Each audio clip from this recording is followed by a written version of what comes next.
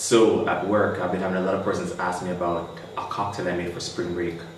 Pretty much all the spring breakers liked it. As a matter of fact, they stalked me for it while I was at work. Kind of creepy, but I guess that's one of the perks of being a good bartender.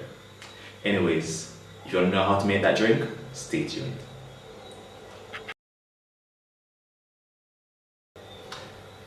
Now to make this drink, we're going to use 2 ounces of vodka. If you had the raspberry vodka, that would have been the best vodka to use, but regular vodka works. An ounce of peach schnapps.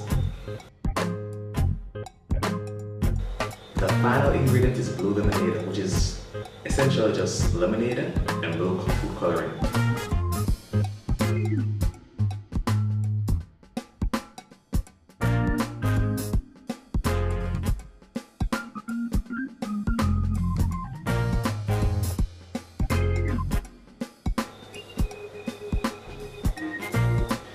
So if you're having a party and you want a cocktail that's fruity and fun, this is definitely your guy.